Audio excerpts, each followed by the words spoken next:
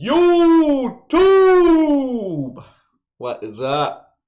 Happy Sunday. Hope you all had a good weekend. Welcome back to the Fantasy Football Perspective. I'm your host, Lucas. Let's get into the show. Today, this really could have been a video that I separated into even 2 or 3 parts, but I'm going to bring you a lot of content on this Sunday. We are going to do an overreaction Sunday. Because if any of you guys tuned into some preseason football yesterday, you saw 3 quarterbacks, rookie quarterbacks, get some playing time and really impress. Really, we saw all the rookie quarterbacks show flashes of greatness when I'm talking about Mac Jones, Trey Lance, Zach Wilson, Trevor Lawrence, Justin Fields.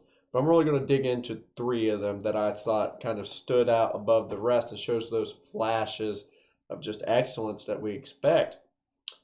Another thing we're digging into is I'm going to predict the records of the AFC North teams. And how I'm going to relate that to fantasy football is I am going to tell you a running back in the NFL that is completely game script dependent. This running back averages only 9 to 10 points per game in losses and 21 points per game in wins. This is why you should study, Vegas lines of how many wins and losses a team should get, because there are running backs out there they're kind of game script dependent. So let's dig in. Hey, hit that like and subscribe button if you haven't. Hope you all have a blessed day. Hit that intro.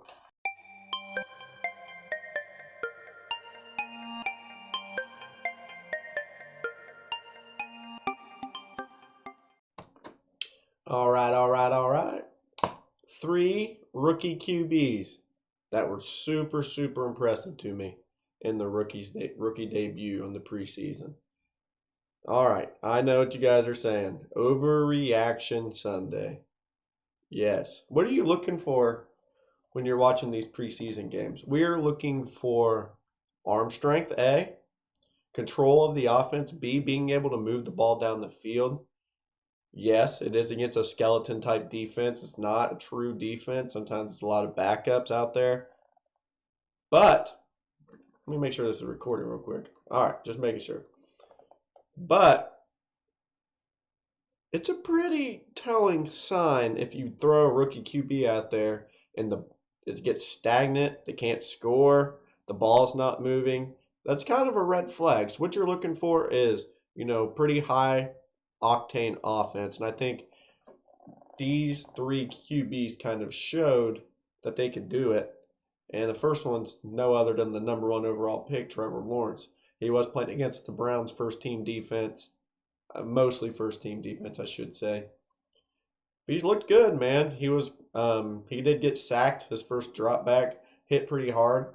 The Browns' defense is no joke. Potential top 8. Trevor Lawrence looked good. He made good throws. Averaged 8 yards per throw. 6 for 9, good completion percentage. Looked good. He didn't really get to showcase his running ability as much as I'd like to see, but I know, being an Ohio State fan, that he does have that ability. So in redraft leagues, let a little caveat off that, I'm still not going to reach on any of these rookie QBs because I do think there's 12 better options. Before I continue, I do need to give a shout out to the Legacy lineup. I was on there yesterday. The Legacy lineup on Spotify, Jimmy and Ren, a couple of my friends. We had a fantasy football edition with me, T-Scar, the ghost of BJ Allen, and Jimmy and Ren. And I think it went really well. And something I said in there yesterday is, in redraft leagues, I'm really not reaching for these QBs to be like my QB1. Sure, QB2 later down the road. But if you remember back to my tier list for QBs, there are 12 potential QB1s this year that just have higher upside and are safer. So I'm not going to reach for these guys to be my QB1. They're just safer options. So with that being said, I'm kind of watching these games more as a dynasty perspective instead of a redraft. So Trevor Lawrence looked good. He was everything that I expect him to be. Getting used to the offense. He took some snaps under center, which I don't remember him doing much at Clemson. Looked good. For all the Gardner Minshew talk out there, he was 4 for 8 with an interception. He did not look good. So, just saying, don't believe all those reports. Sometimes they leak those reports to kind of raise the trade value of a player like Gardner Minshew, but then he goes out and stinks it up like that, and he's right back to he being who he is and who we thought he is. All right. The second quarterback who I thought looked pretty damn good was Trey Lance. Now, looking at these numbers on the surface level, 5 for 14, that's not great. But if you watched the game, you will know that they were put in hard situations. He had a backup offensive line going against the first team defensive line, and they were getting pressure out the wazoo. He took 4 sacks for 31 yards. Didn't really get to see him run like I expected. I don't know if he was kind of holding that back. I know he has wheels. But that one pass rolling out to the left, stretching that field, I swear that ball traveled 65, 70 yards in the air. I mean, he was on the left hash, throwing it across the field to the right. I mean, like vertical yards was like 52 or 54 yards at a diagonal kind of angle. So that was all of a 65, 70-yard pass around the button. Trey Lance is going to bring something to this 49ers offense that really is just not there with Garoppolo. Garoppolo is a great player. I'm not even going to lie. He throws a great ball. But the athleticism of Trey Lance, the ability to extend plays, and just the pure deep threat ability is going to keep the defense honest the whole game, open up that 49ers rushing game, and it's just going to just make this offense explode. He was everything and more than I thought he was going to be. He's just going to keep getting better and more efficient as he goes. I mean, he's 5 for 14 with a 93.7 passer rating. That's kind of unheard of. Let's just look at the other side. You see someone going 8 for 11 with a 91.5. This is pretty good tell sign that he was making the right decisions most of the time. Not to mention that he have 3 or 4 drops from his receivers that literally hit them in the hands. Now, makes me question if the receivers just aren't used to how hard Trey Lance throws the ball, because he does throw it hard. So there's going to be an adjustment period. But the QB that I was most impressed with, it's got to go with the OSU great Justin Fields. Man, did he showcase everything. His running ability, scored a touchdown, 21-yard run. 14 for 20, 142 yards and a touchdown, 106.7 rating. He was throwing rockets all over the field. He did have that little pass back to the tight end, wide open tight end. I hear these overreactions on Twitter. Why are we so high on Justin Fields underthrowing this wide open tight end? He didn't underthrow it. He saw that how wide open he was. The worst thing that you can do is just leave it so far out there that's uncatchable. He was just trying to hit him right in the chest, even if he had to slow down. It was a walk-in touchdown. He did what he had to do. My man looked good. With his deep throw accuracy and some of those deep threats that the Bears have with Darnell Mooney, maybe one of the best deep route runners in the league. Allen Robinson coming back, doing all the intermediate and some deep work. Javon Wims is a pretty good deep threat. This offense could be scary with Fields. He just brings kind of like what Trey Lance does to the 49ers, so much more to the table to kind of expand that offensive ability. So, Andy Dalton, fine quarterback. I mean, he's a proven winner, honestly. He has a good arm. He's just not as mobile as Justin Fields. Doesn't have the arm Justin Fields has. And once that potential's unlocked, this offense can just take off. They have the running back. They have the receivers. Now they have the dual threat quarterback that's good at both. Oh, man. I'm high on Justin Fields now. I am real high on Justin Fields. So, those are my overreaction Sunday rookie QBs. Those impressed me the most. I did watch Zach Wilson and Mac Jones. They both showed flashes too. Zach Wilson especially showed three killer throws. He has a cannon as well. His size could be a little bit of an issue, but there's smaller QBs in the league now. He He moves around well in the pocket. He can do it. Another guy that impressed me was Jordan Love. I got to watch a little bit of him. He was better than I thought he was going to be. So there's some good young QBs that are coming up that we need to pay attention to. All right. Let's dig into part 2 of this. Let me bring it up real quick. We're going to go here. I'm going to start going through here. So first, let's exit out some of these. These are the over-under win totals for the NFL teams this year. And I'm focusing primarily on the AFC North teams because most of the people I know are AFC North fans. I'm a Browns fan. Love the Browns. But I pay attention to all of football because of fantasy football. So we have the Ravens at 11, the Browns at 10.5, the Steelers at 8.5, and the Bengals at 6.5. And let's go through the schedule and see what we think. Just off the top of my head, I feel like the Browns are a little low. Remember, there's an extra game this year. There's 17 games. I think they're going to win 11, 12 games. Just off the top of my head without even looking at the schedule. The Ravens are probably right at where they're going to hit. They're going to win 11 or 12 games. The Pittsburgh Steelers, on the surface, before looking at the schedule, seems a little bit low. I mean, that's literally a barely 500 team. I think they're going to win 10, 11 games. And the Bengals, I have to look at the schedule, but that seems 6, 7 games is probably where I'd pin them at without looking at their schedule. Let's dig into their schedule. And this is purely like no research done on this. I just really want to look at the schedule, and I want to see what can happen. So we're going to start off with my favorite team, the Browns. At Chiefs, let's chalk up a loss. Do I think by the end of the season the Browns can compete with the Chiefs? I do. Their defense is going to be way better. But once you bring in all these moving parts to a new defense, it kind of takes a while to gel. With that being said, is there potential that the Browns are just more hungry for this game than the Chiefs because of what happened last year in the playoffs? Maybe. They come out on fire. But safely speaking, try and take my bias out of it. Probably one loss. 1-1 after the Texans. I think 2-1 after the Bears. This is a tricky game with the Vikings, but I think we go 3-1. At Chargers, I'd say 4-1. At Cardinals at home, I think 5-1. Broncos 6-1. I think we're going to split with the Steelers, so I don't really care how that goes.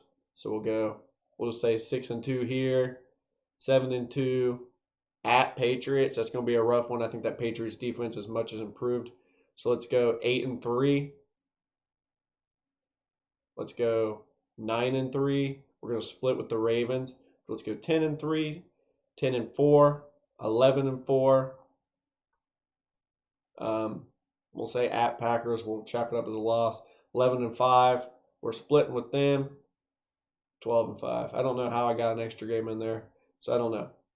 12-5 is where I'd stand after all this. So we could bring it back to the total. Let's say 11-12 wins, 10.5. The team like the Browns, though, who are on the up and cup, I do think they are a top 5, top 6 team, is they can beat anyone on any given day. I don't think the Packers are an unbeatable team. I don't think the Patriots are an unbeatable team. I'm just trying to pick the games that have the most likelihood that they could lose. The Chiefs maybe be an unwinnable game just because, like I said, Andy Reid's great out of a bye. This is the ultimate bye, the first game of the season. And at Arrowhead, the first game, you know, that place is going to be loud. Fans are back in the stadium. It's just going to be a rough environment. So 12-5 is where I kind of stand with that. All right, let's go to the Baltimore Ravens. They kind of have the same, premise as we do. They are a top 6, top 8 team. I think they can beat anyone at any given time under the right game script. So they start off 1-0 at Raiders, 1-1 versus Chiefs. Lamar can't get past Patrick Mahomes for some reason. The Chiefs just have too much firepower. Once you get Lamar into throwing situations where he has to throw to win the game, it's just not that good. Lions 2-1, Broncos 3-1, Colts, interesting game. That's a very interesting game. I still think it's going to be 4-1. I think they're going to be too much for the Colts. Chargers 5-1, Bengals 6-1, Vikings. I think the Vikings might sneak one out here. So let's go 6-2. Kind of high on. I'm a little bit higher on the Vikings. They have a pretty loaded roster that can kind of compete firepower with firepower. If they get off to a hot start, they could beat that. 6-2. At Dolphins is a sneaky one too. Is Tua still a QB? How's everything going here? I'm actually going to go a loss there too. 6-3. Win at the Bears. 7-3. They're gonna split with the Browns. So we'll go 7-4. Other Browns game we'll go 8-4. I think they split with the Steelers. So we'll go 9-4. Then 9-5. They lose to the Packers. 9-6. Win versus the Bengals, 10. And the Rams, man, that's a hard one too. Let's go loss. Let's go 10-7 for the Ravens. 11-6, 10-7 is where I predict. Their total is 11. I think it's pretty spot on. I'm not touching that after reviewing their schedule. A lot of those games can go either way, in my opinion. All right, Cincinnati Bengals. Let's see what we got here. Vikings, it's going to be a loss. Pretty good defensive front. I think that's kind of going to be the Bengals' kryptonite with the offensive line troubles. High-powered offenses, I think people are going to score a lot on them. So Vikings 0-1 at Bears. I still think they're going to beat the Bears just because, I mean, it's still a rookie QB or Andy Dalton. The defense of the Bears is pretty good though. I'm gonna give my Bengals fans a bone. I think they can outscore the Bears here before Justin Fields gets into his own. So we'll say 1-1 at Steelers, 1-2, Jaguars 2-2, Packers 2-3, at Lions 3-3, Ravens 3-4, Jets 4-4, Browns 4-5, at Raiders, very winnable game in my opinion. I'm gonna throw them a bone too, 5-5. Steelers 5-6, Chargers 5-7, 49ers 5-8. At Broncos, they could beat the Broncos honestly, 6-8. Ravens 6-9, Chiefs 6-10, Browns 6-11. So I see 6 wins. Go back to here. They're at 6.5. I'm not touching that either after looking at the schedule because there are other winnable games on there that I might have said they were going to lose. So far, the only good bet that I think potential payouts the Browns because I see 2 more wins. But I am a Browns fan, so my bias might be shining through. So I know, guys. I know. All right, last but not least, let's do the Steelers. At Bills, 0-1. Bills too high-powered for the newly put together defense. They lost a lot of pieces. I think it's going to take a little bit of time to gel. That's too much firepower for week 1. Kind of what the Browns are going through with the Chiefs. 0-1, 1-1, 2-1, 2-2, 3-2 versus Seahawks. Woo! I gotta give it to the Seahawks, man. Russell Wilson's a gamer. 3-3. I think we're gonna split with the Browns. We'll say this one's a loss. 3-4, 4-4, 5-4. I think they're still better than the Chargers. 6-4, 7-4. I think they'll split with the Ravens. Say this one's a loss too, so we'll give them 2 wins at the end. 7-5. I think they are going to lose to the Vikings. I think people sleep on the Vikings. 7-6, 7-7, 7-8, and 2 wins at the end. 9-8. Whoa! There are probably some winnable games in there too, and that's 8.5. That's a hard one to bet too. They have a hard ass schedule. I didn't realize their schedule is that tough. Maybe they can beat the Vikings. Maybe the Chargers could beat them though. Woo! I don't know if I'm touching that too. I think these odds are pretty dang good once you start breaking it down. But so we have this here. I went through, the AFC North potential records that I could see could go for them. Could be way off, but they kind of do line up with this win total. But how do these win totals kind of, I don't know what I'm exactly trying to say. How do they align with fantasy football? And the reason I think it does, so let's go down here to the Las Vegas Raiders. They have a 7-win total. The running back I was talking to that's so game script heavy is Josh Jacobs. He last year, this is the numbers, he did have a hell of a season. He was number 8 in PPR.